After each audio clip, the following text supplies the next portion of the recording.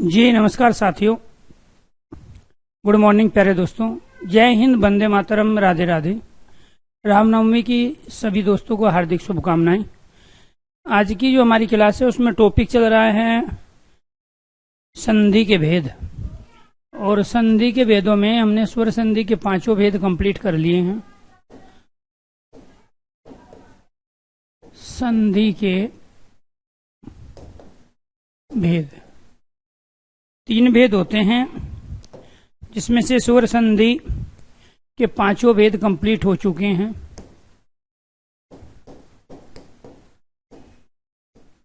स्वर संधि के भेद 5। इसके बाद दूसरा हमने स्टार्ट किया था विसर्ग संधि के बारे में। आज इसको कंप्लीट करेंगे। और इसके बाद व्यंजन संधि। व्यंजन संधि ये हमारा कंप्लीट हो चुका है। इसकी आज बारी है। इसकी भी हमने एक कंडीशन पढ़ ली थी विसर्ग संधि की। और विसर्ग संधि की जो कंडीशन नंबर 1 थी, विसर्ग संधि, वो कंडीशन नंबर 1 थी कि विसर्ग में परिवर्तन होता है तैरने वाले रे का। और तीनों तरह के जो आधे से होते हैं वो परिवर्तित हो जाते हैं विसर्ग में। किसमें परिवर्तित हो जाते हैं? विसर्ग में। और विसर्ग जो चिन्ह होता है वो ये होता है। और यहाँ आपको ये ध्यान रखना है, इसके बारे में तमाम एग्जाम्पल जो पहले क्लास हुई थी आपकी, उसमें हम दे चुके हैं।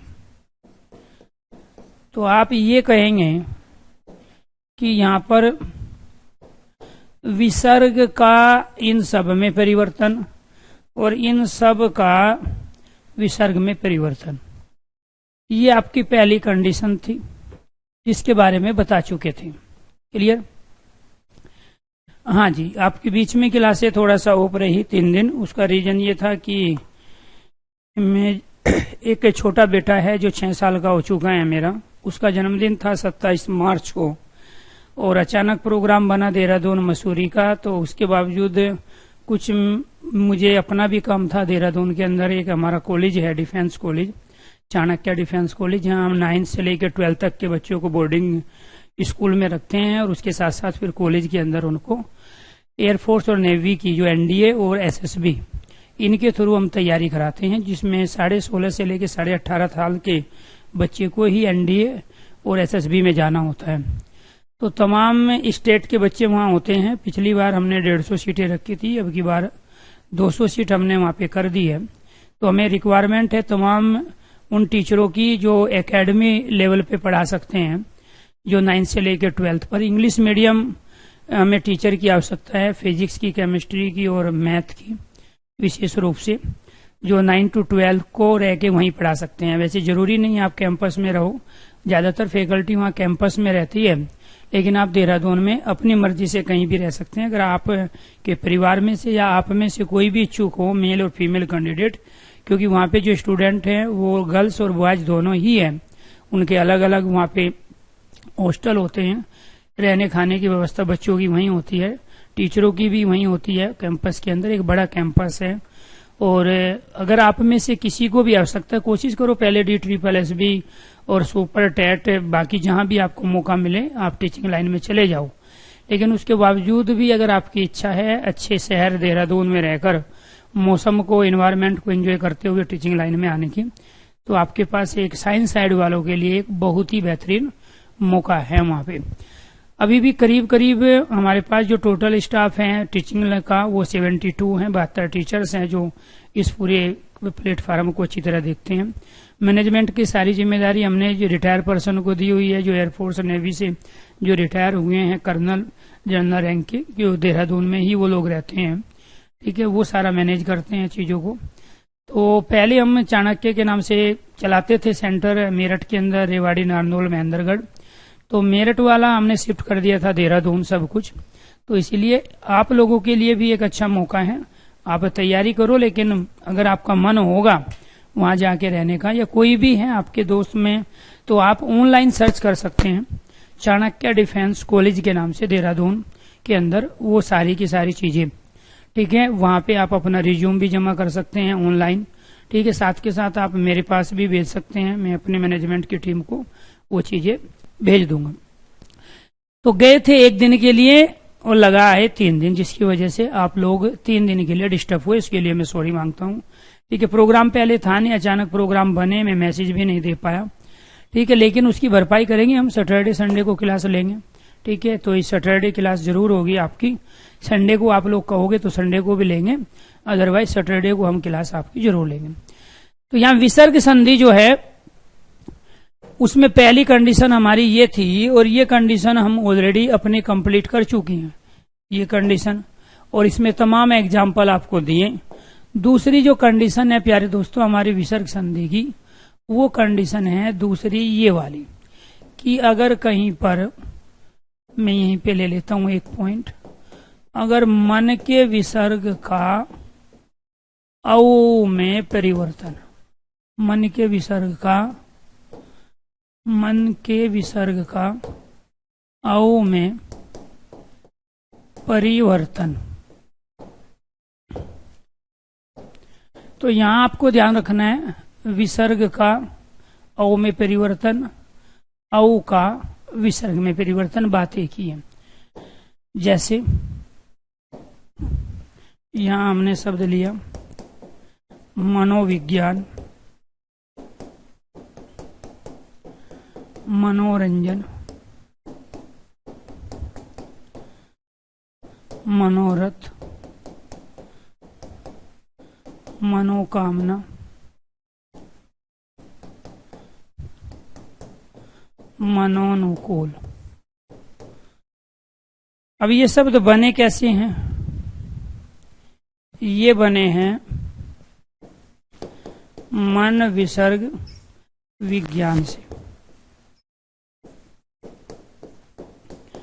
मन प्लस विज्ञान, मन और रंजन, ये मन और रथ, ये मन विसर्ग, मन है बोलते हैं मूल रूप से, मन और कामना, और ये मन विसर्ग अनुकूल।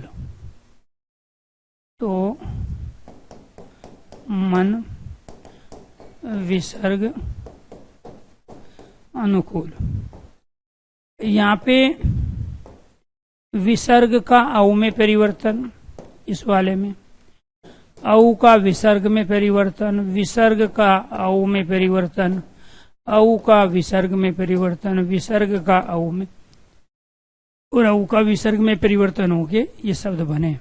क्लियर? ठीक, ओके ओके, वेरी गुड। तो एक बार मैं दिखवा दूंगा रचना जी, ठीक है। तो डाउनलोड, ठीक है। हाँ, एक बार मैनेजमेंट से बात कर लेंगे, मैं खुद चेक कर लूंगा कि डाउनलोड जो वीडियो है उसमें क्या दिक्कत है आपको, ठीक है। कई बार आप ऐप को अपडेट नहीं करते हो, बीच में हमारा जो हैवी ट्रैफिक की वजह से चीजें थोड़ी सी इनबैलेंस हुई थी, उसको बैलेंस कर लिया गया है। हो सकता है उसकी वजह से प्रॉब्लम आ रही हो, तो 1-2 दिन में जो भी समस्या आपको आती है, अगर हमारे यहाँ से समस्या है कैरियर ऐप की तरफ से, तो हम 24 या 48 घंटे में उन चीजों को कवर कर लेते हैं। तो आपको उस दौरान थोड़ा सा वेट करना चाहिए। अदरवाइज कई बार बच्चे की ही सिस्टम में प्रॉब्लम होती है, वो टाइम टू टाइम ऐप को अपडेट नहीं करता है, ठीक है। या फिर दोबारा से बैक जाके आप दोबारा अगर खोलोगे तो आपको को जो दिक्कत हो रही है वो अपने आप उसका सोल्यूशन हो जाता है।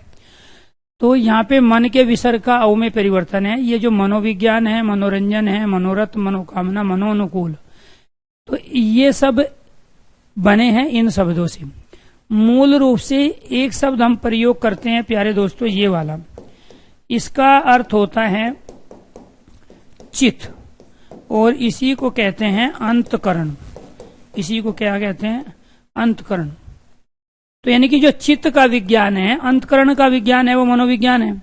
और एक मन होता है ये वाला, ये 2 मन चावल, 5 मन गेहूं, 6 मन प्याज होता है। और एक मन में 40 केजी होते हैं, 40 किलो होते हैं। तो यहाँ मन जो है प्यारे दोस्तों, ये वाला, ये शुद्ध वर्तनी नहीं है। शुद्ध वर्तनी तो ये हम प्रयोग तो करते हैं किताबों में, लेकिन किताबों के पहले पेज पे ये भी लिखा होता है किसी त्रुटि के लिए प्रकाशक, विक्रेता, लेखक जिम्मेदार नहीं होंगे। तो मूल रूप से चित्त और अंतकरण इसका अर्थ है। इसीलिए मनोविज्ञान किसको कहते हैं? जो चित्त और अंतकरण का विज्ञान है वो कहलाता है मनोविज्ञान। तो यहाँ पर आपको विसर्ग का अव में परिवर्तन, अगर वो ये कंडीशन देता है तब हम कहेंगे विसर्ग बदल गया अव में। अगर वो ये कंडीशन देता है तब हम कहेंगे अव बदल गया विसर्ग में।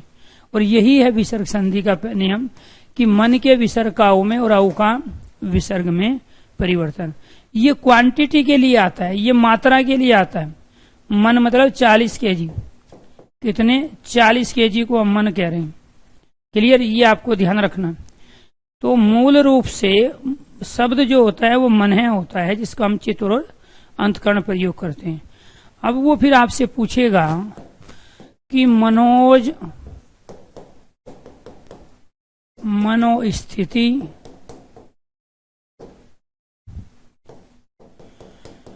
मनोहर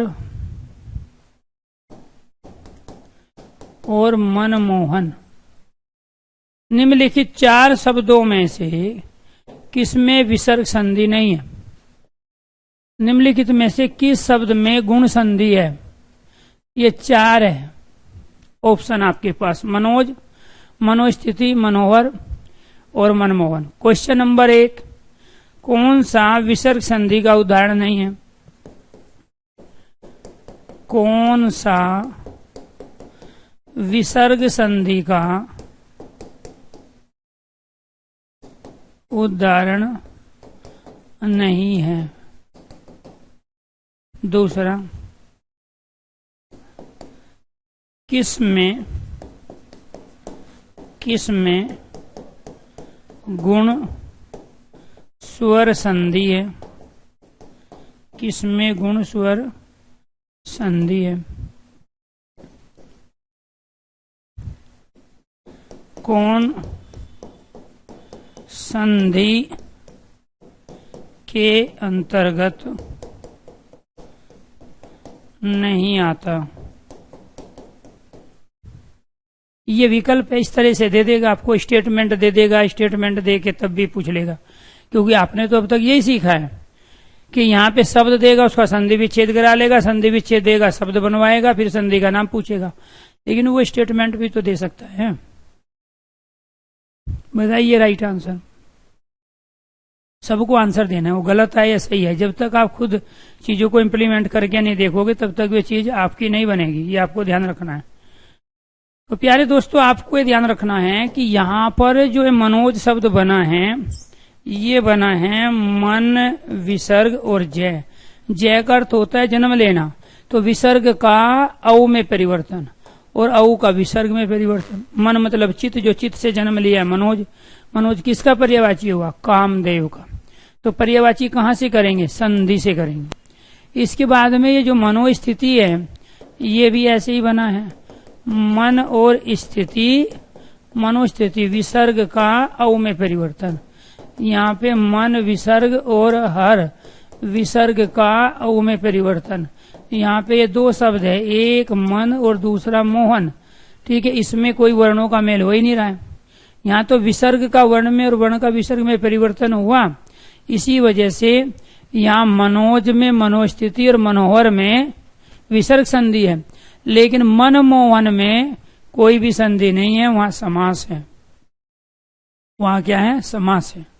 तो कौन विसर्ग संधि का उदाहरण नहीं है? Right answer 4th। किसमें गुण संधि, गुण स्वर संधि है?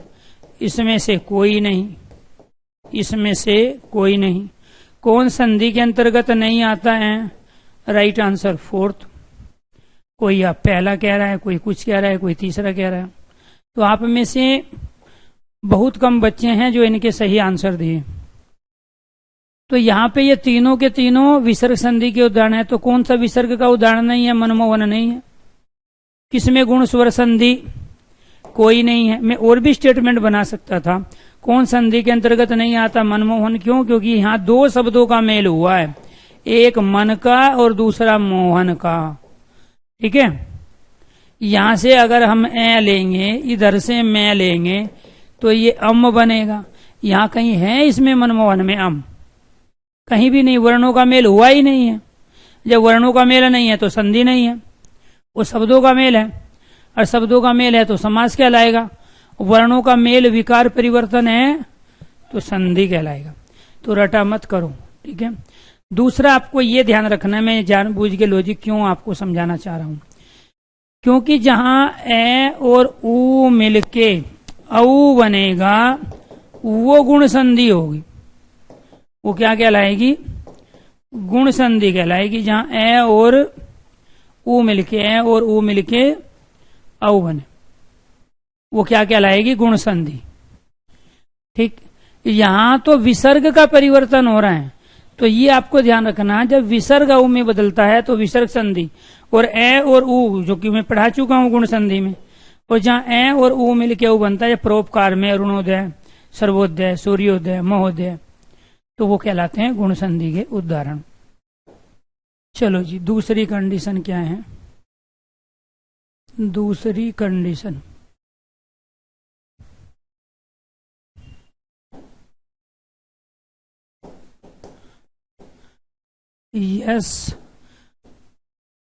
यस के विसर्ग का औ में, यस के विसर्ग का औ में परिवर्तन। यस के विसर्ग का या फिर औ का विसर्ग में परिवर्तन।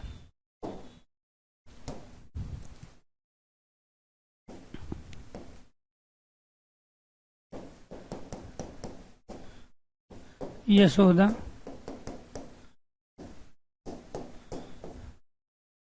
यशोधरा,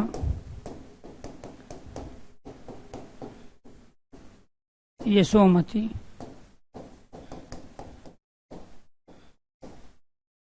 यशोवर्मन, यशोगाथा, ये सब किसके उदाहरण हैं? विसर्ग संधि के। कैसे संधि बनेगी इसकी? यस विसर्ग दा, यस विसर्ग धरा, यस विसर्ग मति,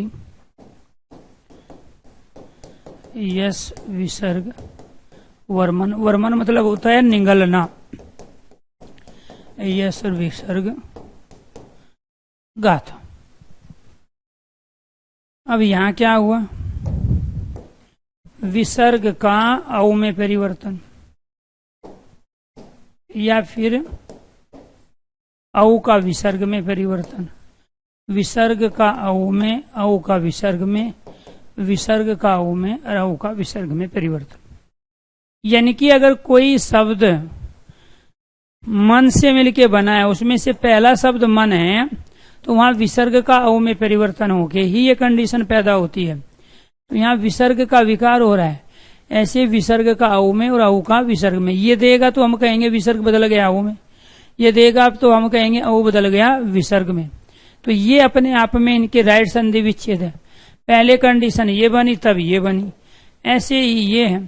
पहले कंडीशन ये बनी, बाद में ये बनी। पहले समाज में ये शब्द थे, तब जाके प्यारे दोस्तों वे शब्द बने। अगर ये शब्द नहीं होते तो आज हमारे पास ये यशोदा, यशोधरा, यशोमती, यशोवर्मन, यशोगाथा भी नहीं होता। आपको ध्यान रखना है, जैसे अभी हमने एक प्रयोग किया जय, एक है द और एक होता है धी। ऐसे ही एक जा होता है, दा होता है और एक धी होता है। जय का अर्थ होता है जन्म लेना, दय का अर्थ होता है देने वाला, और धी का अर्थ होता है धारण करने वाला। जैसे इनसे जो शब्द बनेंगे, जैसे पंकज, पंक कीचड़, कीचड़ में जन्म लेने वाला। जैसे वारिज, वारी पानी, पानी में जन्म लेने वाला। जैसे प्योधी, पे पानी, धी धारण करने वाला। तो ये जो पंकज शब्द है ये किसके लिए आता है? ये आता है कमल के लिए।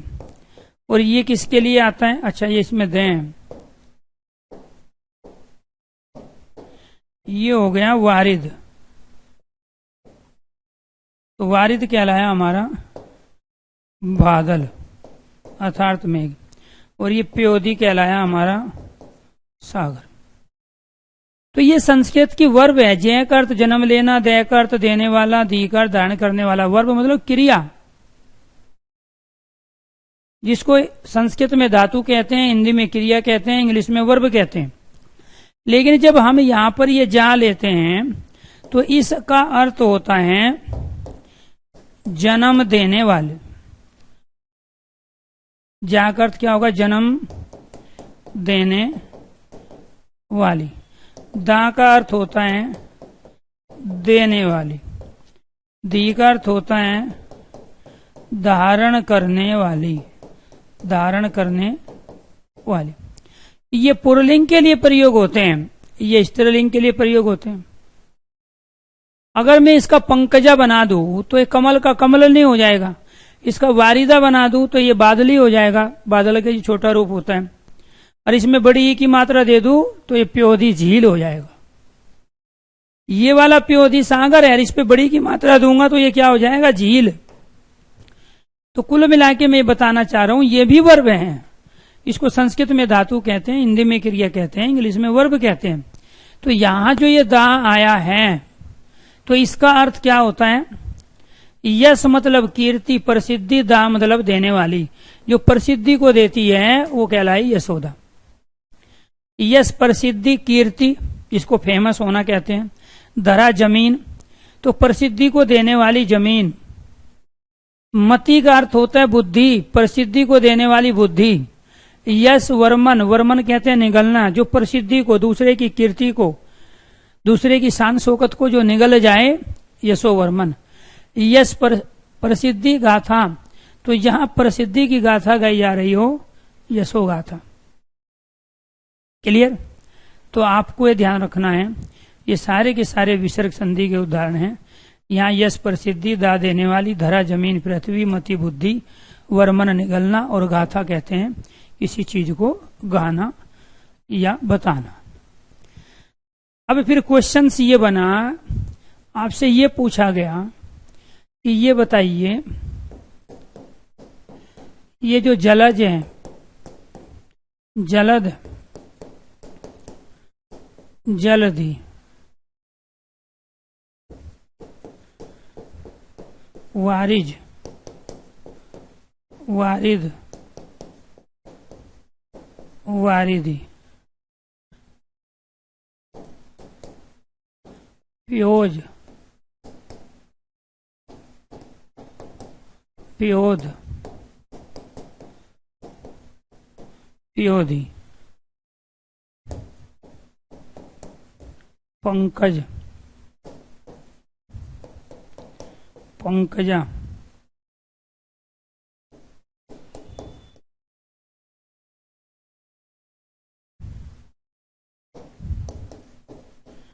सुत,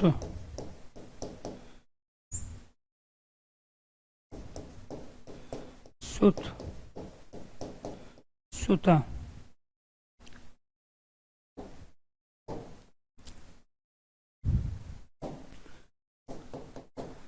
तनिय, तनिया, अनुज, अनुज,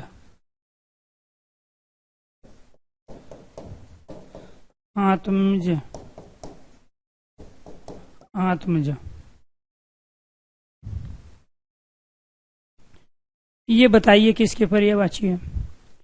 मैं आपको संधि इसलिए नहीं पढ़ा रहा हूं कि संधि से क्वेश्चन आता है, मैं आपको इस संधि इसलिए पढ़ा रहा हूं कि संधि से वर्तनी पूछी जाती है।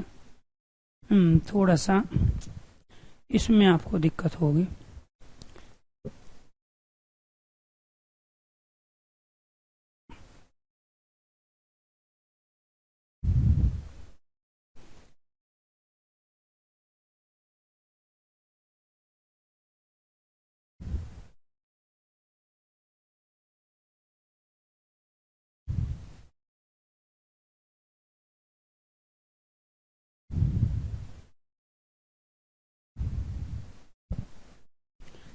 ठीक, तो मैं संधि आपको इसलिए पढ़ा रहा हूं, तो आपको ये ध्यान रखना है दोस्तों कि मैं आपको पर्यायवाची भी करा रहा हूं। क्या करा रहा हूं?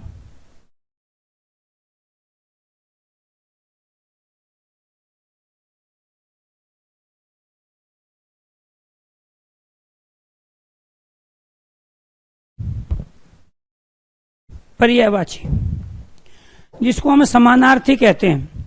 मैं संधि इसलिए पढ़ा रहा हूं कि आप शुद्ध और अशुद्ध वर्तनी पहचान पाए, आप शब्दों का शाब्दिक अर्थ आपको पता हो।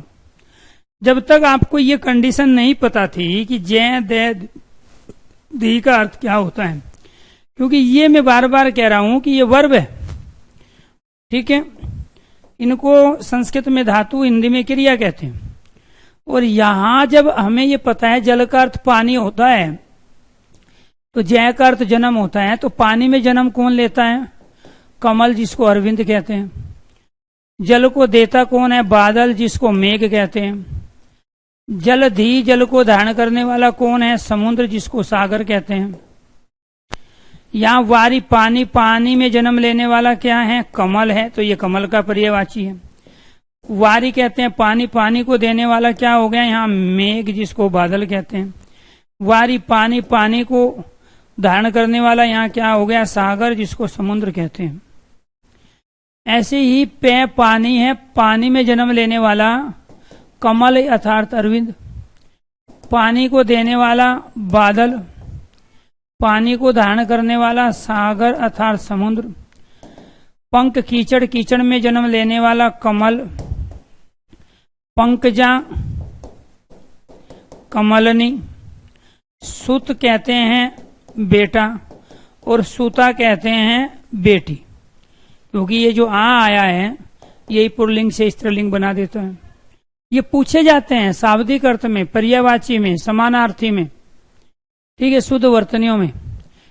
तनीय कहते हैं पुत्र को, तनिया कहते हैं पुत्री को, अनुज कहते हैं छोटे भाई को, छोटा भाई, अनु मतलब छोटा या पीछे जन्म लेने वाला, तो अपने पीछे जन्म लेने वाला क्या हो गया? छोटा भाई। अनुजा कहते हैं छोटी बहन को, क्या कहते हैं? छोटी बहन। आत्मजा, जो अपने से पता पैदा हुआ, तन, जो अपने तन से पैदा हुआ पुत्र, तनिया, जो अपने तन से पैदा हुई हो पुत्री, ठीक। आत्मजा ये किसके लिए होता है? पुत्र के लिए। और आत्मजा ये किसके लिए होता है? पुत्री के लिए। तो आप अपने छोटे भाई को क्या बोलोगे? अनुज कह के बोलोगे, उसको भी अच्छा लगेगा। अनुज इधर आओ, नाम चाहिए उसका धर्मेंद्र, जितेंद्र, तेजिंदर, महेंद्र हो, लेकिन आप उसको 2-4 बार मजा लेने के लिए अनुज बोलो। बहन को अनुजा बोलो, छोटी बहन को अनुजा इधर आओ, तो वो परमानेंट उसका नाम नहीं पड़ेगा, बल्कि वो संबोधन का शब्द है। छोटी बहन के लिए अनुजा और छोटे भाई के लिए अनुज का प्रयोग। और ये किसी न किसी रूप में आपके टीचिंग के तमाम एग्जामों में पूछे जा चुके हैं। तो जब तक आप यहाँ ये कंडीशन नहीं करोगे, ये तब तक आप इनके पर्यायवाची नहीं बता सकते। अब ये कहोगे सर जी संधि पढ़ाते पढ़ाते आप कहाँ पहुंच गए? पर्यायवाची पढ़ाने लगे, क्योंकि सारी चीजें एक दूसरे से जुड़ी है। मैं बार बार कह रहा हूं कि मैं संधि इसलिए पढ़ा रहा हूं क्योंकि आपको 6 टॉपिक कंप्लीट करने हैं और उनके सारे क्वेश्चन सही करने हैं। एक तो वर्तनी वाला, एक उपसर्ग वाला, एक प्रत्यय वाला, इसके साथ में पर्यायवाची समानार्थी शब्द और शाब्दिक अर्थ और इसके साथ मात्राओं का ज्ञान। ये सारे के सारे संधि पर डिपेंड है और किसी न किसी रूप में पूछे जाते हैं। तो आत्म मतलब होता है स्वयं से जो जन्म लिया है, तन मतलब अपने शरीर से जो जन्म लिया है, पुत्र, तनया या पुत्री। तो पुरलिंग में आ प्रत्यय लगाने के बाद में उसका स्त्रीलिंग रूप बना लिया जाता है। तो यहां जो प्रयोग हुआ वो प्रत्यय प्रयोग हुआ आ, यहाँ पे ये वाला आ, यहाँ पे ये वाला आ, यहाँ पे ये वाला आ, यहाँ पे ये वाला, ये पुरलिंग था, इनमें आ प्रत्यय जोड़ दिया। जैसे अज शब्द आ गया, अज कहते हैं बकरी को, और इसमें आ लगा दिया तो अजा बन गया। अजा क्या कहलाया? अज बकरी, उस अज बकरा, आ लगा दिया तो अजा बकरी, पुल्लिंग से स्त्रीलिंग शब्द बना लिया। तो ये बकरा है और ये बकरी। ऐसे सुत बेटा और सुता बेटी, ये ध्यान रखना। सबके कमेंट शो हो रहे हैं, लेकिन जो सिखा रहे हैं उसको सीखिए, ऐसे आपको तो दुविधा रहेगी। तो यहां पर ये जो हमने प्रयोग की, संस्कृत की क्रिया प्रयोग की। चलो जी, उम्मीद करता हूं यहां तक चीजें आपको अच्छे से क्लियर हो गई हो। तीसरी जो कंडीशन है हमारी वो क्या है? तन के विसर्ग का औ में परिवर्तन।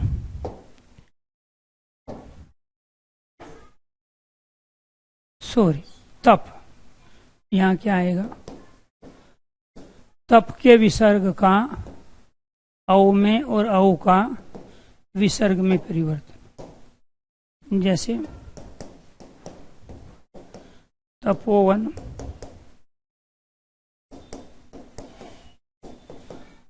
तपोधन,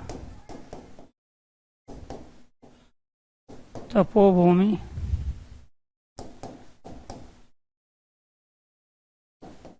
तपोगत,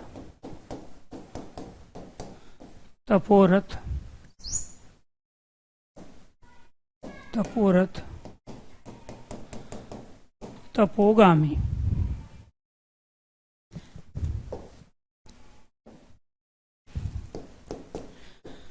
तप विसर्ग वन, तप विसर्ग धन, तप विसर्ग भूमि, तप विसर्ग गत, तप विसर्ग रथ, तप विसर्ग गामी। इसको यहां लिख लेते हैं जी।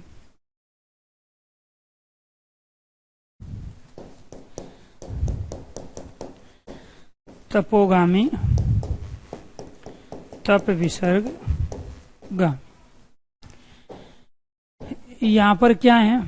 विसर्ग का औ में, औ का विसर्ग में, विसर्ग का औ में, औ का विसर्ग में, विसर्ग का औ में और औ का विसर्ग में परिवर्तन हो। मूल रूप से एक शब्द तो होता है ये और एक होता है ये। इन दोनों में जो शुद्ध वर्तनी है वो ये,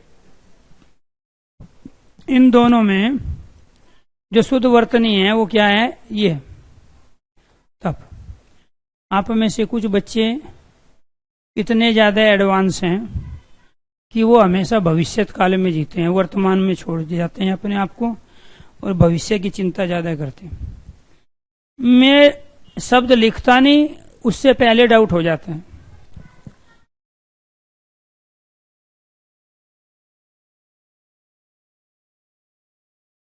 टाइपिंग स्पीड बहुत अच्छी है, या जो आसानी से कमेंट कर देते हैं, इसका मतलब है उनमें टीचर बनने की योग्यता उतनी कम है।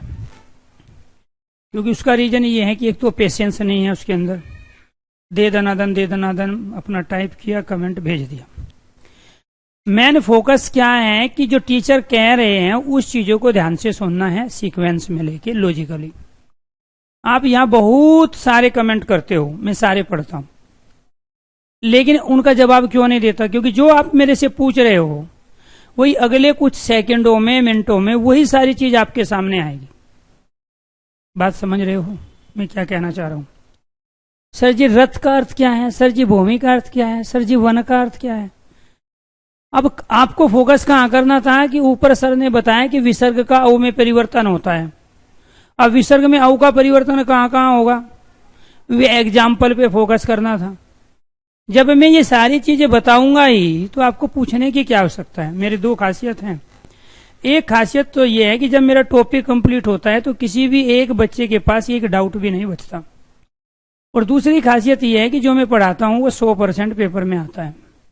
और टीचर के पास यही दो क्वालिटी होनी चाहिए। अदरवाइज घर में बहुत सारे पीएचडी होते हैं, ठीक है, पढ़े लिखे लोग होते हैं, वो मेरे से ज्यादा अच्छी हिंदी पढ़ा लेंगे। लेकिन एक अच्छे टीचर में और बाकी जो एक्सपर्ट होते हैं उनमें अंतर क्या है।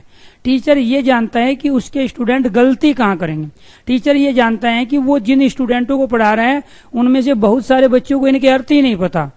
टीचर को ये पता है कि वो जिस स्टूडेंट को पढ़ा रहे हैं वो बहुत सारे बच्चे इंग्लिश मीडियम है, उनके हिंदी से कोई वास्ता ही नहीं हुआ। और बहुत सारे तो ऐसे जो हिंदी में जबरदस्ती पास कर दिए गए थे, हुए नहीं वो पास। टीचरों ने जबरदस्ती पास करके उनको 9th से 10th, 10th से 11th, 11th से 12th में भेजा, फिर डाइट करा दी। बहुत सारे ऐसे स्टूडेंट हैं आप लोगों के बीच में और वो टीचरों को पता होता है। तो जब मुझे पता है कि मेरे से किस लेवल के स्टूडेंट जुड़े हैं, अब मुझे ये भी पता है कि टीचर कैसे बन सकते हैं, अब मुझे ये भी पता है कि अगर मैं इस तरीके से टॉपिक को लेके आगे बढ़ूंगा तो किसी भी बच्चे का उस टॉपिक में तो कोई डाउट नहीं बचेगा। आपको डाउट था तभी आपने ये कोर्स खरीदे। आपको हिंदी में बहुत सारे डाउट हैं इसीलिए आप हिंदी पढ़ रहे हो। और मेरी वही कोशिश है कि जब मैं हिंदी कंप्लीट करूंगा तो आपके पास हिंदी में डाउट नहीं होंगे, और जब मेरा टॉपिक कंप्लीट होगा तो उस टॉपिक का कोई डाउट आपके पास नहीं बचेगा। लेकिन ये कब हो पाएगा, जब ये टाइपिंग पटर पटर पटर पटर पटर पटर जो आती है आपको, इसको बंद करके ये फोल्डर को खोल के बैठ जाओगे। ये तो फोल्डर बंद है, इसमें तो जाने नहीं दे रहे हो आप, गेट बंद करके ताला लगा के रखे हो। ब्रेन के अंदर परमात्मा ने अलग अलग फोल्डर दिए हैं, उसमें एक हिंदी का भी फोल्डर है। उस फोल्डर में ये तो ओवरफ्लो चीजें हो रही है, वो भरा हुआ है पहले से ही, उसमें इतना कंटेंट चला गया, उसकी जीबी मेमोरी सब फुल हो चुकी है। और वो जो मेमोरी फुल हुई है वो ऊट पटांग के कॉन्सेप्ट से फुल हो गई, जिसका ना लॉजिक आपके पास है, ना सीक्वेंस आपके पास है, ना आपको ये पता कहां से कितने क्वेश्चंस आते हैं। टीचर को सुनना नहीं चाहते। सर जी मेरे कमेंट आ रहे हैं, सर जी आप कमेंट क्यों नहीं लेते हो। सर जी को 2 आंख के साथ भगवान ने एक दिमाग भी दिया है, और 2 आंख और दिमाग का मैं भरपूर प्रयोग करता हूं। मैं एक ऐसा टीचर हूं जिसने सबसे ज्यादा अपने शरीर के 2 जबरदस्त भागों का प्रयोग किया। एक तो मैं दूसरों को आंखों से देखा हूं, क्योंकि देख के आदमी ज्यादा सीखता है, और दूसरा दिमाग का प्रयोग किया है। और आप इन दोनों का ही प्रयोग कर नहीं रहे हो, ना तो आंखों से देख रहे हो और ना आप दिमाग का यूज कर रहे हो, आप तो हाथों का यूज कर रहे हो। दे दनादन दे दनादन। इसीलिए अच्छा स्टूडेंट बनने के लिए पेशेंस का होना बहुत ज्यादा जरूरी है, और पेशेंस नहीं है तो फिर दूसरे से सीख नहीं पाओगे।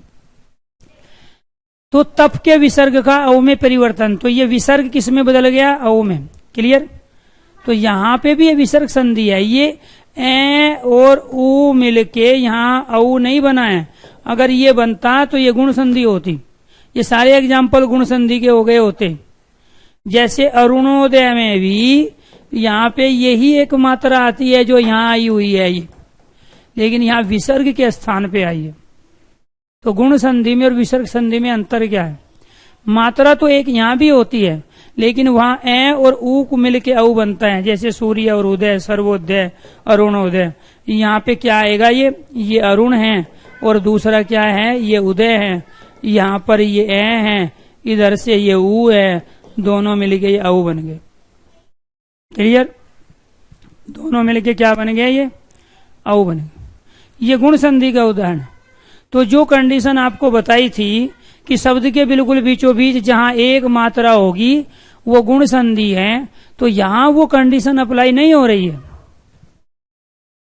क्योंकि यहां विसर्ग के स्थान पर औ आया है। दूसरा पॉइंट क्या है, तप वन कहते हैं जंगल को। जंगल में जाके जिन्होंने तप किया है या जहां तप होता है उसको तपोवन कहते हैं।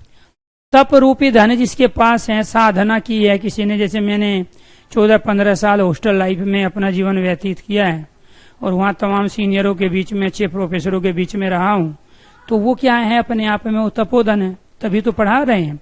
अदरवाइज सारे कंटेंट किताबों में, किताब से पढ़ के कोई भी पढ़ा ले, लेकिन वो उस लेवल पे नहीं जा पाएगा। तो यहाँ आपकी भी अभी क्या है, तपोधन है, तो साधना ही तो चल रही है। तब यहाँ साधना को कह रहे, जो आप मेहनत कर रहे हो इसी साधना का फल आपको मिलेगा। ऐसा थोड़ा ही अग्नि जला के बैठ के वहां पे जो है आप होम हवन करते रहे वही साधना है, ऐसा नहीं है। अभी भी आप साधना के फेस में हो, बशर्ते पढ़ाई के टाइम अगर आपके दिमाग में पढ़ाई की बात चल रही है, दाएं बाएं की बात नहीं चल रही। हिंदी पढ़ रहे हो तो केवल हिंदी की बात चल रही है, और हिंदी में भी जो टॉपिक चल रहा है उसी की बात चल रही है, तो वो साधना है, वो तप है। तो कहने का मतलब ये है कि अगर बैठे तो हो आप एज स्टूडेंट लाइफ में, पढ़ने बैठे हो, सबको दिख रहा है आप पढ़ रहे हैं, और ध्यान कहीं और गया हुआ है, तो फिर वो तप नहीं कहलाता, वो साधना नहीं कहलाती। तो जो चीज चल रही है उसी में इन्वॉल्व रहना साधना है, तप है। तो यहाँ तपोधन हुआ, तपोभूमि, जैसे उत्तराखंड और हिमाचल प्रदेश के अंतर्गत, प्यारे दोस्तों, ये दोनों एरिया हमारे तपोभूमि कहलाती है, जिसको देवभूमि भी कहते हैं, देवों की भूमि है। तो यहाँ पे ज्यादातर लोगों ने तपस्या साधना करके ज्ञान को प्राप्त किया है। तो भूमि कहते हैं जमीन को, धन कहते हैं पैसे को, वन कहते हैं जंगल को, गत कहते हैं जाने को। जो तपस्या के लिए गया है वो तपोगत, जो तपस्या में लगा हुआ है, रत मतलब लगा हुआ है, सेवा रत। जैसे आप टीचर बनोगे तो आपको क्या कहा जाता है कि आप सेवारत हो। एक सेवानिवृत्त होता है, जो सेवा से रिटायर हो गया है वो सेवानिवृत्त होता है, सेवानिवृत्ति उसको बोलते हैं। और एक सेवारत होता है, जो अभी सेवा में लगा हुआ है, वो सेवारत कहलाता है। ऐसे ही तपोगामी, जो तपस्या के लिए गया है वो तपोगामी कहलाता है, तपस्या के लिए जाने वाला तपोगामी। तो गामी मतलब जाना, गम क्रिया है संस्कृत की, गत जाना, रत लगा हुआ, भूमि जमीन। क्लियर? तो ये आपको इनके अर्थ पता चल गए। फोर्थ कंडीशन,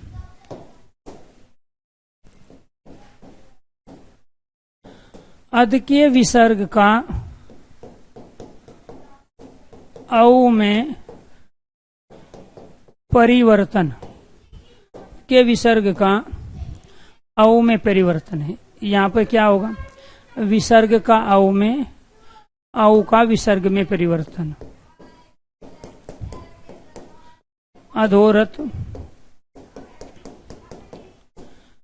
अधोगामी,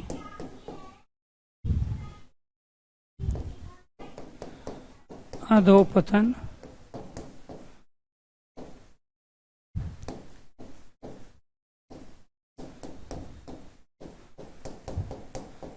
अधो उन्नति,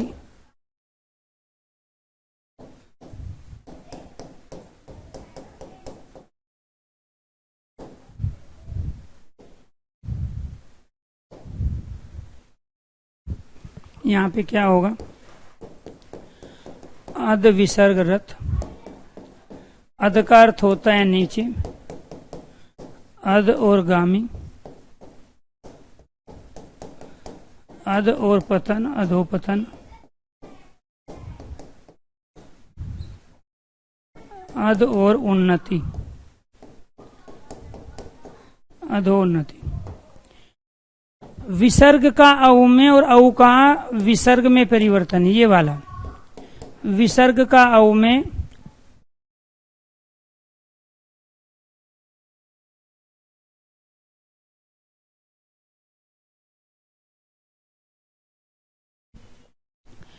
विसर्ग का औ में, औ का विसर्ग में परिवर्तन। दोस्तों आपको ये ध्यान रखना है, एक अर्ध तो होता है ये वाला जो यहाँ लिखा हुआ है, इस अर्ध का अर्थ होता है नीचे की ओर, अर्थात नीचे। एक अर्ध होता है ये वाला, इसका अर्थ होता है आधा। क्या होता है? आधा। और एक अर्ध होता है ये वाला, इसका अर्थ भी आधा होता है। इससे तो बनता है अर्धवार्षिक परीक्षा। अर्धवार्षिक मतलब आधे वार्षिक, 6 महीने पे जो होती है। इससे बनता है अध पका, अध जला, अध खिला, अध कचरा। आधा पका हुआ, आधा जला हुआ, आधा कच्चा। और इस अध का अर्थ होता है नीचे की ओर। जो नीचे लगा हुआ है वो अधोरथ, अधोगामी जो नीचे की ओर जा रहा है अधोगामी।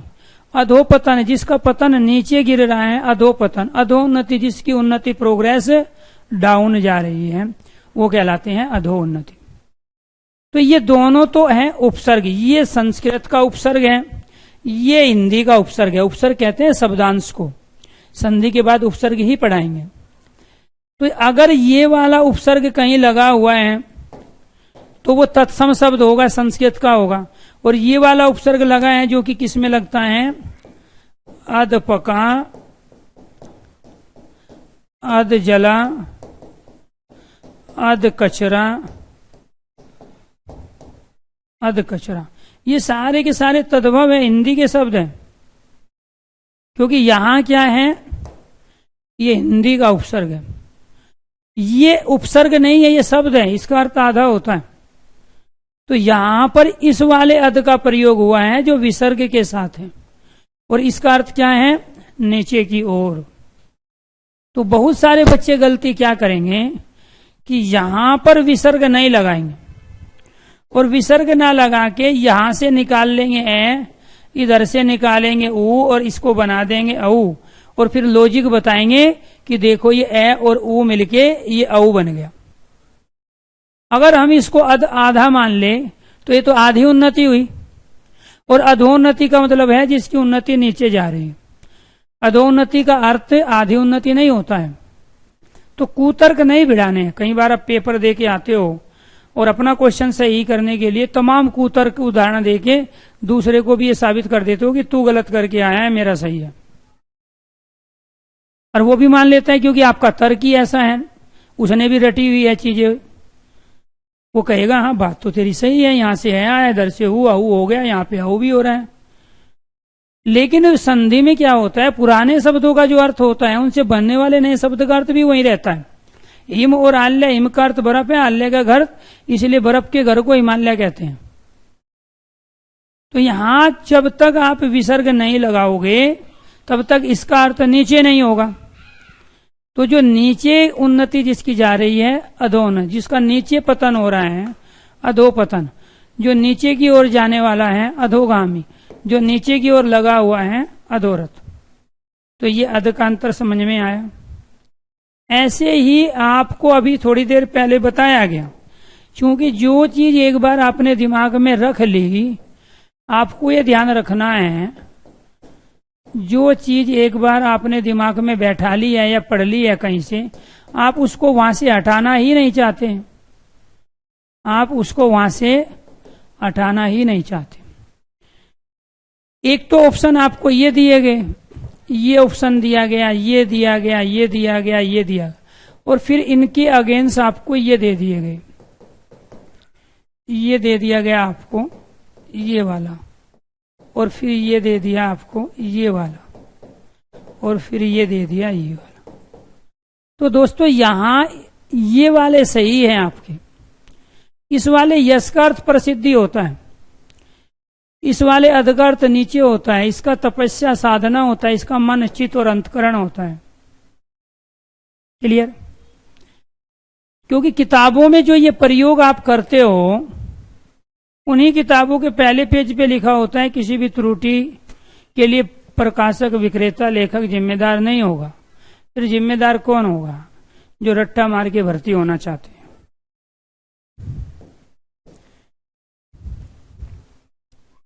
इसके बाद पांचवी कंडीशन क्या है?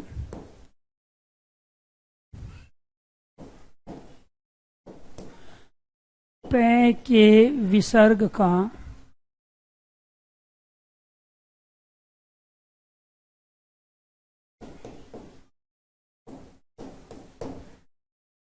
औ में परिवर्तन।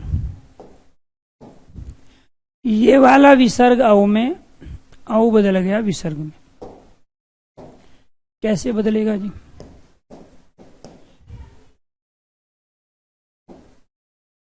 प्योद, प्योज,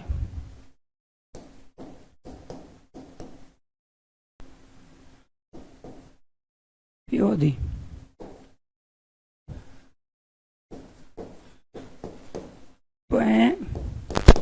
विसर्ग दे, यहाँ पे पै विसर्ग जे, यहाँ पे पै विसर्ग दी। विसर्ग का औ में, औ का विसर्ग में, विसर्ग का औ में, औ का विसर्ग में परिवर्तन, ये आपको ध्यान रखना। दे मतलब देने वाला, जय जन्म लेने वाला, धी धारण करने वाला। ये बादल हुआ, ये कमल हुआ, ये सागर अर्थात समुद्र हुआ। तो पै के विसर्ग का औ में परिवर्तन हुआ, तभी तो यहां ये औ आया। तो एक तो आपका पै ये है, इसका कोई मीनिंग ही नहीं है, और एक आपका पै ये है, इसका अर्थ पानी होता है, जल होता है, अंबु होता है, वारी होता है। तो पै के विसर्ग का औ में परिवर्तन। इसके बाद 6,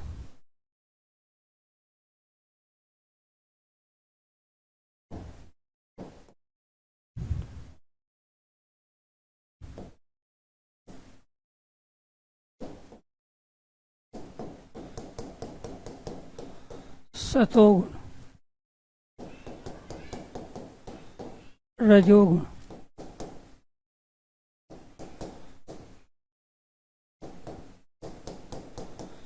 तमोगुण।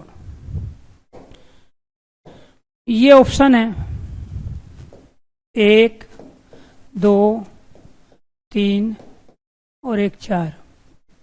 पूछ रहा है इनमें से गुण संधि का उदाहरण बताइए कौन सा है, किसमें वृद्धि किसमें विसर्ग संधि नहीं है, कौन सा विसर्ग संधि का उदाहरण है, कौन सा स्वर संधि का उदाहरण है, कौन सा गुण संधि का उदाहरण है, कौन सा विसर्ग संधि का उदाहरण नहीं है, कौन सा गुण संधि का उदाहरण नहीं है, कौन गुण संधि के अंतर्गत आता है, कौन विसर्ग संधि के अंतर्गत आता है।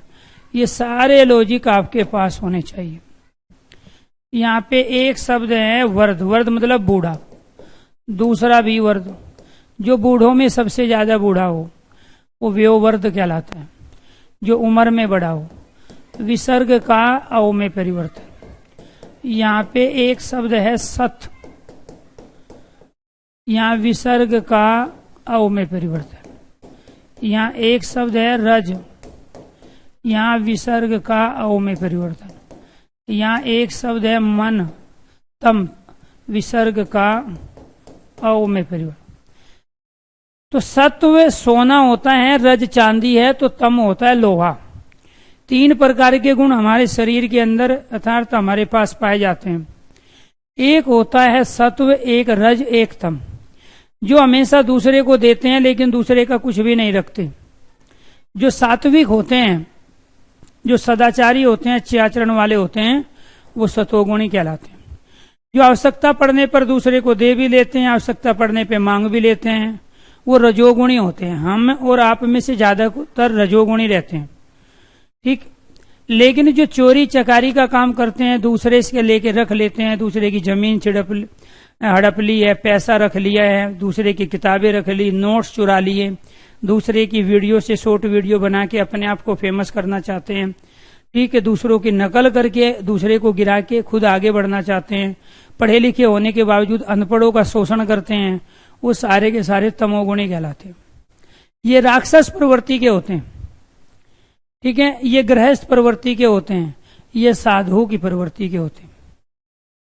अब समय के साथ साथ ये चीजें घटती और बढ़ती रहती है।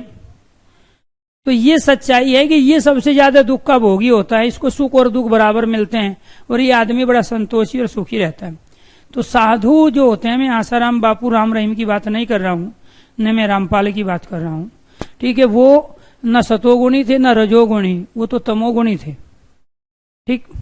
तो बुजुर्गों में जो सबसे बड़ा है, वो उम्र में जो सबसे बड़ा है, वो व्योवर्ध कहलाया। तो वर्ध में यहां पे विसर्ग लगेगा और इसका औ में परिवर्तन। सत्व में यहां विसर्ग लगेगा औ में, वो ये देगा तो आपका हो गया रज और गुण से बना है, ये देगा तो आपका हो गया ये विसर्ग का औ में परिवर्तन होके रजोगुणी बना है। अगर मान के चलो आप अपना फ्रेंड बनाना चाहते हो, आप किसी से शादी करना चाहते हो तो हर कोई चाहता है कि मुझे ये व्यक्ति मिले, अच्छा हो, और लेकिन खुद है इस प्रवृत्ति का, तो इसका और इसका मेल जिंदगी में अगर हो भी कर दिया जाता है समाज के द्वारा, परिवार के द्वारा, तो ये कभी खुश नहीं रह पाते। इसलिए आपकी जैसी वर्ती है उसी वर्ती का ही आपका जीवन साथी, आपका मित्र होना चाहिए। अब मान के चलो फ्रेंडशिप करनी है, एक तमोगुणी है, झूठ भी बोलता है, चोरी चकारी भी करता है, दूसरे का छीन लेता है, हीन भावना से ग्रसित है। अब उसको रजोगुणी या सतोगुणी मिल गया कोई, उससे मित्रता चलेगी नहीं, दोनों में हमेशा अंतर्द्वंद चलता रहेगा। तो आपकी जैसी वर्ती होगी, जैसा आपका मन होगा, जैसा आपका आचरण होगा, जैसा आपका संस्कार होगा, उसी तरह के ही आपको मित्र भी ढूंढने हैं और उसी तरह का ही आपको जीवन साथी भी चुनना है।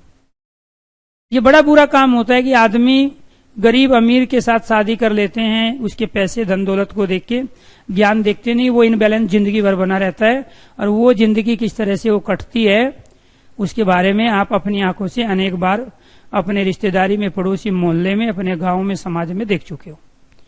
तो जैसी वर्ती होगी ऐसी ही वर्ती के साथ फ्रेंडशिप चलती है, जैसी वर्ती होगी ऐसे ही वर्ती वाला दूसरा जीवन साथी मिलता है, तो चीजें सुखद चलती है, चाहे चीजों का अभाव क्यों ना हो, साधनों का चाहे कितना भी अभाव क्यों ना रहा हो। कहते हैं ना आदमी के विचार मिलने चाहिए, तो विचार तो कभी नहीं मिल सकते। एक आस्तिक है तो दूसरा नास्तिक हो सकता है, एक मंदिर में जाके रोज पूजा करता है, कभी नहीं करता है, एक को अपने काम पे ज्यादा फोकस है, काम पसंद है, परिवार पसंद नहीं, एक सिर्फ यही चाहता है कि नहीं मुझे जिंदगी में पूरा चीजों को भोगना है, अच्छी तरह से आनंद लेना है, समाज गया भाड़ में, रिश्तेदार गए भाड़ में, पड़ोसियों के दुख दर्द से हमें कोई वास्ता नहीं। तो वे सारे डिफरेंट चीज, सब कुछ होने के बावजूद, जॉब होने के बावजूद भी, पढ़े लिखे होने के बावजूद भी दुख कम नहीं होते हैं परिवार से। उसका कारण है कि आपको समानवर्ती का मित्र, समानवर्ती का जीवन साथी नहीं मिला है। तो ये सारे किसके उदाहरण हैं? विसर्ग संधि की। क्यों? क्योंकि विसर्ग का औ में परिवर्तन हुआ है, विसर्ग का औ में परिवर्तन हुआ है, तो ये क्या कहलाते हैं हमारे? विसर्ग संधि। कितने एग्जाम्पल हो गए हमारे? ये 6 नंबर। 7th क्या है?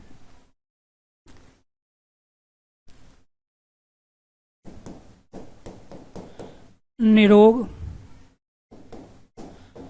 नीरज, नीरस, नीरव। इनमें से आपको अशुद्ध गलत वर्तनी बतानी। ये ऑप्शन 1, 2, 3 और ये ऑप्शन है 4। गलत वर्तनी, अशुद्ध वर्तनी बतानी। निम्नलिखित में से अशुद्ध वर्तनी कौन सी है? जी फटाफट सबको आंसर देना है, बहुत सारे बच्चे हैं, ठीक है, जो मैं कहता हूं तुरंत हर्ट हो जाते हैं, ठीक है। अब कमेंट जब किए जा रहे हैं, ठीक है, जब कह देता हूं, समझा देता हूं, तो उस पर इतना अमल कर देते हैं 100%, फिर कमेंट ही करने से हिचक जाते हैं। मेरी किसी भी बात का बुरा नहीं मानना है। कैरियरविल पर जितने भी टीचरों से आप पढ़ रहे हो, पढ़ाई के साथ साथ उनसे आप बहुत कुछ सीखोगे, और यही कैरियरविल के टीचरों की सबसे बड़ी खासियत होती है। उनको अपनी जिंदगी का तजर्बा है, लंबे समय से वो पढ़ाई को, पढ़ने पढ़ाने की चीजों में एक अपने जीवन का लंबा समय वो व्यतीत किए। उनको सही गलत की पहचान भी है। वो अपना अनुभव आप लोगों के साथ शेयर करते रहेंगे। वे गलतियां जो वे टीचर खुद कर चुके हैं आपको नहीं करने देंगे, आपको उनसे सबक लेना है। तो इसीलिए केवल टीचर का काम कॉन्सेप्ट को आप तक पहुंचाना नहीं होता है, बल्कि बच्चे के व्यक्तित्व को और ज्यादा निखार के उसमें उस सारी क्वालिटी को लाना है जो एक टीचर में होनी चाहिए। टीचर एक स्कूल में 50 होंगे, कहीं 5 होंगे, कहीं 100 भी होंगे, लेकिन अगर 100 टीचरों में आपका चेहरा, आपका व्यक्तित्व अगर सबसे ज्यादा फ्रंट पे है, तो इसका मतलब है आपके खुशी का पैमाना दूसरों के मुकाबले ज्यादा है। नौकरी मिलने के बावजूद भी आप तमाम तरह की अलग अलग विचारधारा वाले व्यक्तियों के बीच में जब जाओगे, वहां भी आपको बहुत संघर्ष करना पड़ेगा। ये मत सोचो कि अभी तो नौकरी के लिए संघर्ष कर रहे हो, आगे भी संघर्ष करेंगे। जो आपके HOS होंगे, प्रिंसिपल होंगे, उनकी आपसे मत भिन्नता होगी, आपके काम करने के तरीके से वो खुश नहीं होंगे, जबकि आप दिन रात लगे हुए हो, ठीक। तो इसलिए आपको अपने व्यक्तित्व को बना के रखना पड़ेगा, उसमें तमाम जो कमी है, कमजोरी है, उसको दूर करना पड़ेगा, तो इन नौकरी के बाद में आप उस नौकरी का मजा ले पाओगे। इसमें जो गलत वर्तनी है, अशुद्ध वर्तनी है, वो कोई नहीं है। सारी की सारी वर्तनी सही है। क्यों सही है? ये नी और रोग से मिलके बना है। ये क्या है? नी और रोग। ये नी और रज से मिलके बना है। ये नी और रस से मिलके बना है। और ये नी और रव से मिलके बना।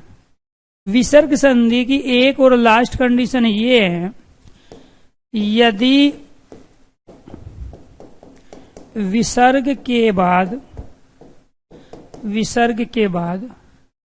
रे या रे से बना कोई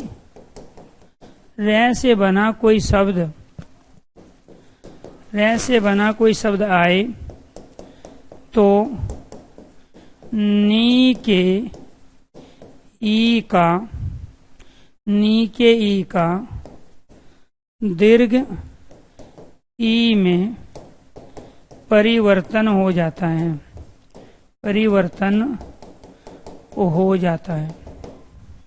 तो कौन सी चीज कहाँ बदलती है? ये वाला छोटा ई दीर्घ ई में बदलेगा। कब? जब विसर्ग के बाद रे होगा। जब विसर्ग के बाद रे होगा। जब विसर्ग के बाद रे से बना शब्द आएगा।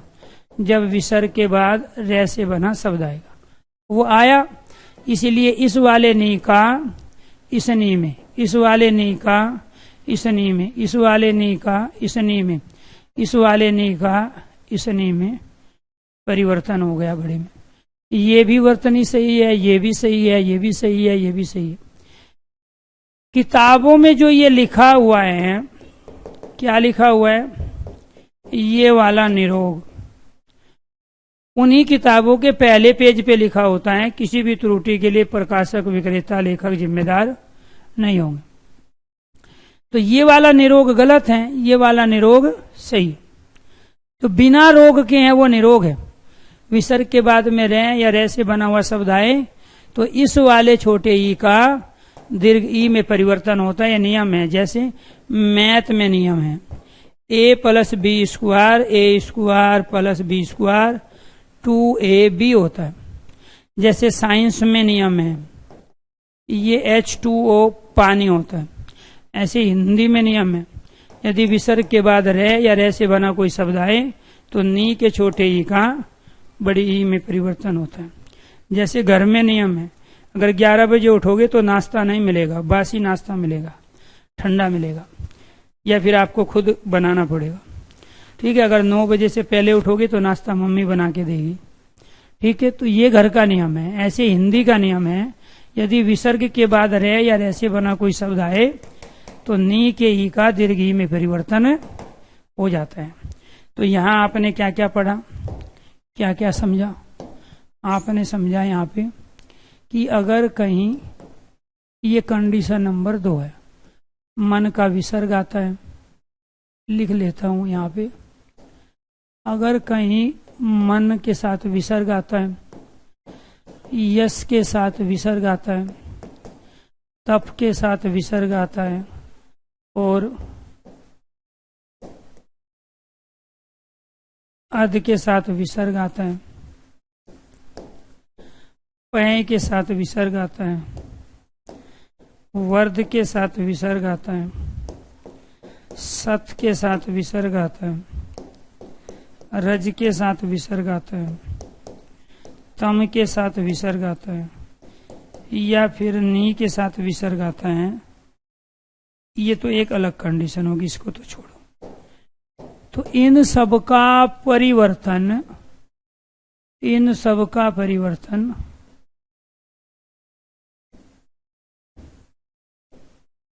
किसमें हो जाएगा? इन सब का परिवर्तन औ में होगा। किसमें होगा? औ में। यहाँ क्या लिखेंगे हम? परिवर्तन। और यहाँ क्या लिखेंगे हम? परिवर्तन। फिर क्या करेंगे? औ का विसर्ग में और इन विसर्ग का अव में परिवर्तन। ये थी दूसरी कंडीशन। ये क्या है? ये दूसरी। अगर किसी शब्द के शुरू में मन, यश, तपे, अद, पे, वर्द, सत, रज, तम आता है तो वो अऊ में परिवर्तित हो जाते हैं और अऊ बन जाता है विसर्ग। और यही सारी कंडीशन आपने यहाँ पे पढ़ी है। ये सारी कंडीशन देखो यहाँ। पहली कंडीशन में क्या था? ये मन था, मन का विसर्ग अऊ में। दूसरी कंडीशन में यश के विसर्ग का अऊ में। तीसरी कंडीशन में तप के विसर्ग का अऊ में। चौथी कंडीशन में अध के विसर्ग का अऊ में। पे के विसर्ग का अऊ में। वर्द, सतो, रजो, तमो गुण के वर्द, सत, रज, तम के विसर्ग का। इनका एक ही एग्जाम्पल है, इसलिए यहाँ पे एक ही जगह रखा।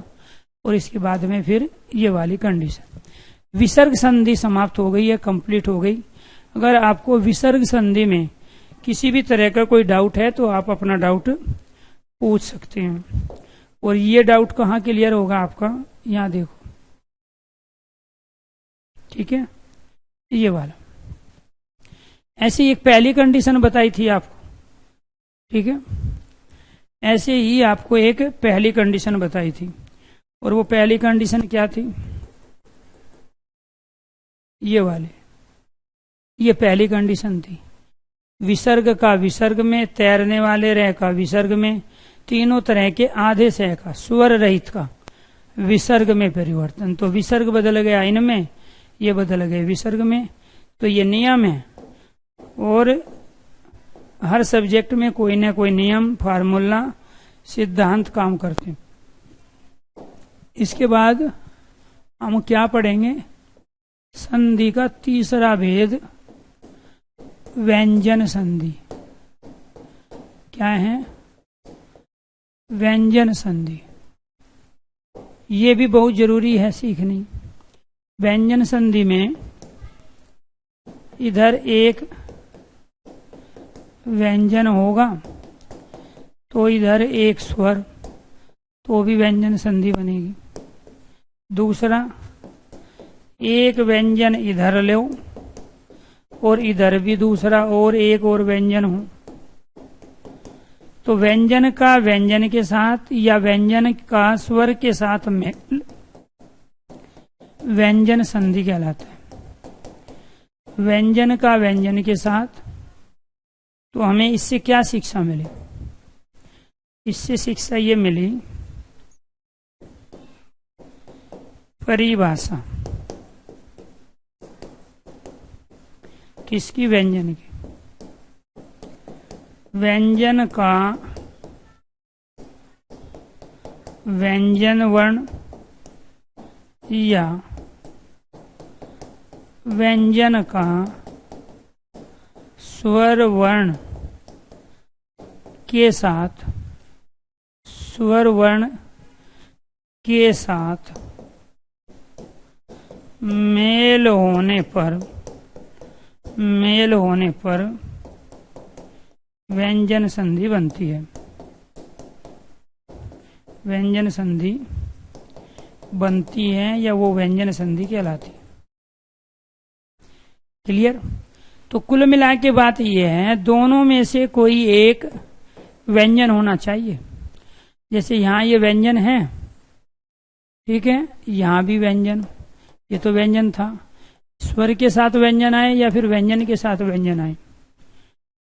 दूसरा क्वेश्चन ये है कि व्यंजन में जो ये अनुस्वार है ये लगा हुआ है यह के स्थान पर। अब ये वर्तनी देगा तो गलत है, क्योंकि वो आपसे यही पूछना चाहता है कि क्या आपको पता है कि यहाँ पे जो ये च वर्ग का अंतिम वर्ण है इसी के स्थान पर ही ये अनुस्वार का प्रयोग हुआ। च वर्ग का अंतिम वर्ण क्या होता है? ये च, छ, ज, झ, ये वाला ये। तो ये के स्थान पर ही अनुस्वार। जैसे पतंजलि शब्द है तो हम पतंजलि को भी तो ऐसे लिखते हैं। तो यहाँ इसकी शुद्ध जो वर्तनी होगी वो क्या होगी? वो ये होगी, क्योंकि वो लॉजिक आपसे ये पूछना चाह रहा है कि क्या आपको पता है कि पतंजलि का इस अनुस्वार में परिवर्तन हो जाता है? ऐसे ही वहां व्यंजन में। तो एक क्वेश्चन तो ये बना शुद्धवर्तनी का, दूसरा ये डेफिनेशन बनी व्यंजन संधि की, और फिर व्यंजन संधि के जो नियम है वो कराएंगे कल। व्यंजन संधि के नियम, व्यंजन संधि के नियम। क्लियर? सभी दोस्तों को नमस्कार, धन्यवाद। दोबारा से एक बार फिर कह रहा हूं, मेरी किसी भी बात का कोई भी स्टूडेंट बुरा ना माने, क्योंकि मेरे पढ़ाने का जो तरीका है वो बाकी लोगों से डिफरेंट है। मैं ये चाहता हूं कि आपके पास बहुत सारी चीजें, लेकिन आप और कॉन्फिडेंस में ना जाए, क्योंकि आप अगर दूसरे से जब तक नहीं सीखोगे तब तक आपके पास जो टीचर बनने के लिए नॉलेज होनी चाहिए वो नहीं रहेगी। और कहीं ना कहीं आप आधे अधूरे ज्ञान के साथ जब पेपर देने जाते हो तो फिर आप वहां मार खाते हो। और मैं ये चाह रहा हूं कि आपको अच्छी तरह मांझ के, ठीक है, आपको थोड़ा सा बजा के, ठीक है, जैसे घड़ा बजाता है कुम्हार, जितना भी उसको थपकी देगा वो उतना मजबूत बनेगा। अदरवाइज उसमें मिट्टी में कहीं हवा रह जाएगी, फिर हवा अगर रह गई तो फिर वो घड़ा कहीं ना कहीं काम का नहीं रहेगा। इसलिए आपको ठोक के, बजा के, निचोड़ के आपको अच्छी तरीके से हम पेपर में भेजेंगे, ताकि आप वहाँ हिंदी के दम पे फाइनली सिलेक्शन ले लो। क्योंकि हिंदी का एक बड़ा रोल रहता है सभी एग्जामों में, खासकर टीचिंग के। अगर आप हिंदी में 100% परफॉर्मेंस करते हैं तो उसके दो फायदे हैं। एक तो आपका आईक्यू लेवल अच्छा है, उसका फायदा आपको दूसरे सब्जेक्ट में भी मिलेगा। जब कोई एक सब्जेक्ट को बहुत अच्छा तरीके से तैयार कर लेता है तो वो कॉन्फिडेंस आता है, और वो कॉन्फिडेंस बाकी जो सब्जेक्ट है, जो चुनौती है, जो समस्या है, उससे वो अच्छी तरह से उसका सामना कर पाता है। तो एक तो मैं हिंदी के दम पे आपके अंदर कॉन्फिडेंस लाना चाहता हूँ, दूसरा हिंदी में 100% परफॉर्मेंस कराना चाहता हूँ कि आप सारे के सारे क्वेश्चन सही करें। लेकिन वो तब तक होंगे जब आप मेरी किसी भी बात का बुरा नहीं मानो। अगर आप झट गर्म झट ठंडे होते रहोगे, किसी की भी बात का बुरा मान के, आगे दुविधा होगी। अब तो दुविधा नहीं होगी, अब तो हम और आप दूर बैठे हैं। लेकिन जब आप नौकरी करने जाओगे, वहां बहुत ज्यादा अलग, बहुत ज्यादा एडवांस और बहुत ज्यादा अलग अलग विचारधारा के अलग अलग जगह से आपको आपके साथी मिलेंगे। उनमें कुछ सीनियर होंगे, कुछ जूनियर होंगे। आपकी गलती नहीं भी होगी तो आपको गलत ठहरा दिया जाएगा। आप बहुत मेहनत शिद्दत के साथ पढ़ा रहे होंगे, कुछ दूसरे टीचर नहीं पढ़ा रहे होंगे, फिर भी वो आप पर ही उंगली उठाएंगे। बहुत सारे बच्चे हैं जिनके लिए आप जी जान एक लगाते कर देते हो क्लास के अंदर, क्लास के बाहर, वो भी आप पे आरोप प्रत्यारोप करेंगे। लेकिन उन सब चीजों का सामना आप तभी करोगे जब मेरी एक कड़वी कड़वी कड़वी बातों की घूंट भर भर के आप पहले से ही अपने आप को एक मजबूत बना चुके होंगे। तो सभी दोस्तों को नमस्कार, धन्यवाद। कल फिर मिलता हूं व्यंजन संधि के नियमों के साथ।